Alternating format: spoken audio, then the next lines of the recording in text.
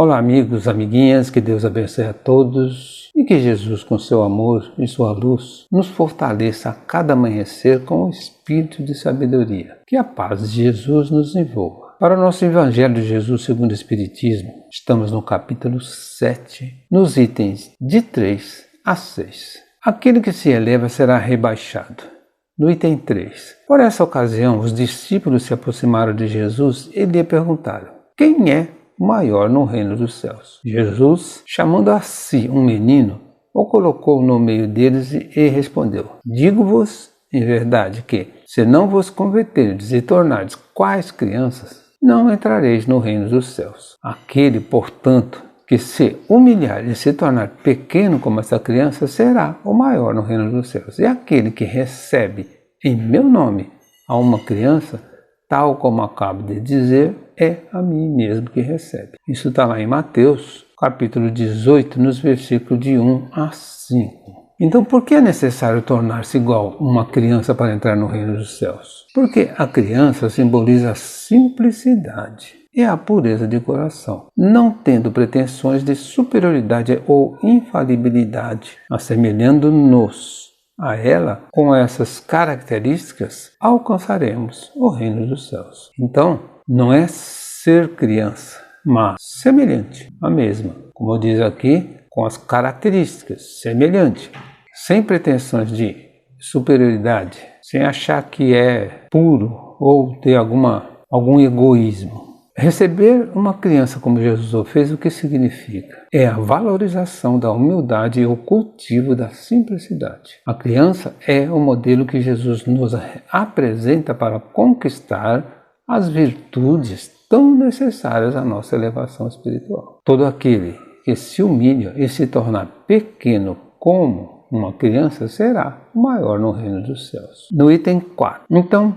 a mãe dos filhos de Zebedeu se aproximou dele com seus 2 filhos e o adorou, dando a entender que lhe queria pedir alguma coisa. Disse-lhe ele: que queres? Manda, disse ela, que esses meus 2 filhos tenham assento no teu reino, em tua direita e outro à tua esquerda. Mas Jesus lhe respondeu: não sabes o que pedes. Podeis vós ambos beber o cálice que eu vou beber? E eles responderam: podemos. Jesus lhes replicou: é certo que bebereis o cálice que eu beber, mas, pelo que respeita a vós sentardes à minha direita ou à minha esquerda, não cabe a mim vou-los conceder. Isso será para aqueles a quem meu Pai o tem preparado. Ouvindo isso, os outros 10 apóstolos se encheram de indignação contra os 2 irmãos. Jesus, chamando-os para perto de si, lhes disse: sabeis que os príncipes das nações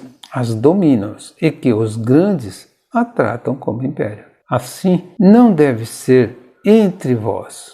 Ao contrário, aquele que quiser tornar-se o maior, seja vosso servo.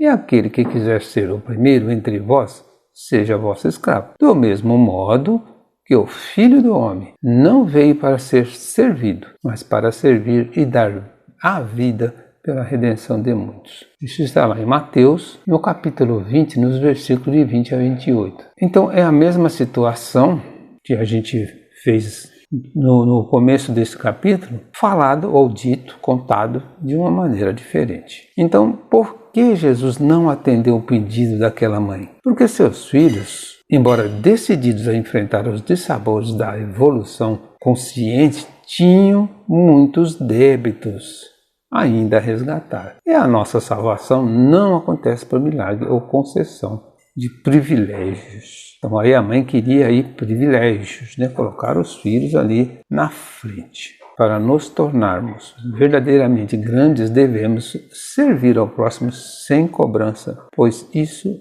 é uma forma de humildade. Que lição nos ensina Jesus nessa passagem? Ele nos ensina que a humildade, pois só nos despojando de todos os sentimentos mesquinhos e maldosos é que conseguiremos ser o maior no reino do céu. Então eles ensinam esse tipo de humildade, tem que despojar. Não podemos ter sentimentos mesquinhos ou maldosos. Então não se vai a Deus senão pelo nosso próximo. Servir ao próximo é servir a Deus, tornando-se grande a seus olhos. No item 5. Jesus entrou em um dia de sábado na casa de um dos principais fariseus para ir fazer a sua refeição. Os que lá estavam o observaram. Então, notando que os convidados escolhiam os primeiros lugares, propôs-lhes uma parábola, dizendo: quando fordes convidado para bodas, não tomeis o primeiro lugar, para que não suceda que, havendo entre os convidados uma pessoa mais considerada do que vós, aquele que vos haja convidado venha a dizer-vos: dai o vosso lugar a este, e vos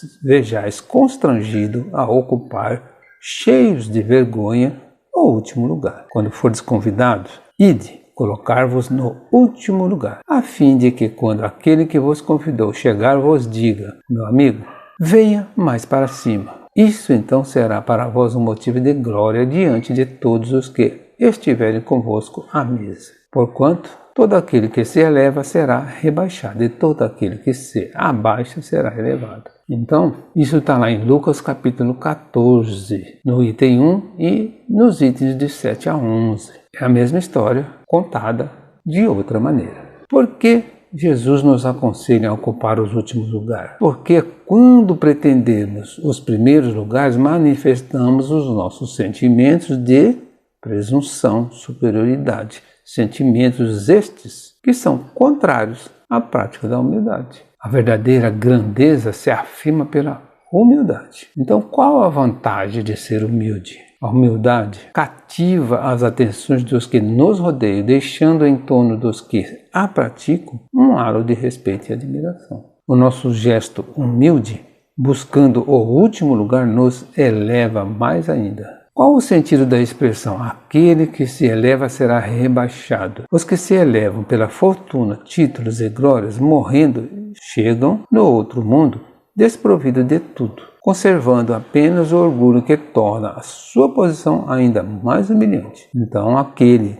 que se humilha será exaltado, e aquele que se eleva será rebaixado. No item 6, estas máximas decorrem do princípio de humildade que Jesus não cessa de apresentar como condição essencial da felicidade prometida aos eleitos do Senhor, e que ele formulou assim: bem-aventurados os pobres de espírito, pois que o reino dos céus lhe pertence. Ele toma uma criança como tipo de simplicidade de coração e diz: será o maior no reino dos céus aquele que se humilhar e se fizer pequeno como uma criança.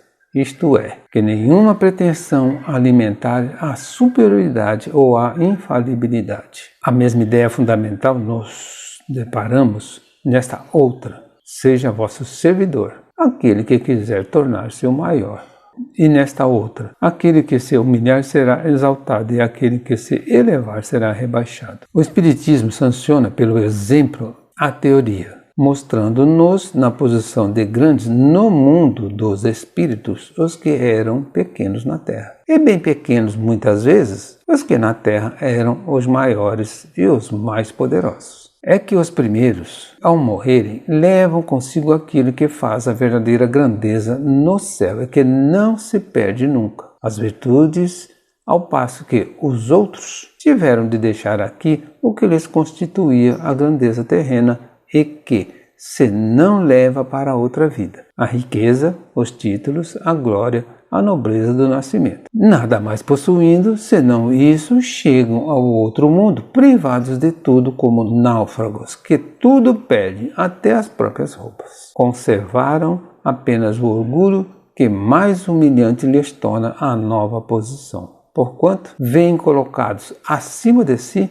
e resplandecentes de glória os que eles na terra espezinharam. O Espiritismo aponta-nos outra aplicação do mesmo princípio nas encarnações sucessivas, mediante as quais os que, numa existência, ocuparam as mais elevadas posições, descem, em existência seguinte, às mais ínfimas condições, desde que os tenham dominado o orgulho e a ambição. Não procureis, pois, na terra os primeiros lugares, nem vos colocar acima dos outros, se não quiserdes ser obrigados a descer. Buscai, ao contrário, o lugar mais humilde e mais modesto, porquanto Deus saberá dar-vos um mais elevado no céu se mereceres. Então são várias as colocações da mesma coisa. Quem quiser ser o maior tem que ser o melhor, tem que ser o humilde, tem que se humilhar e não querer ser o grande, não querer ficar na frente, no primeiro lugar,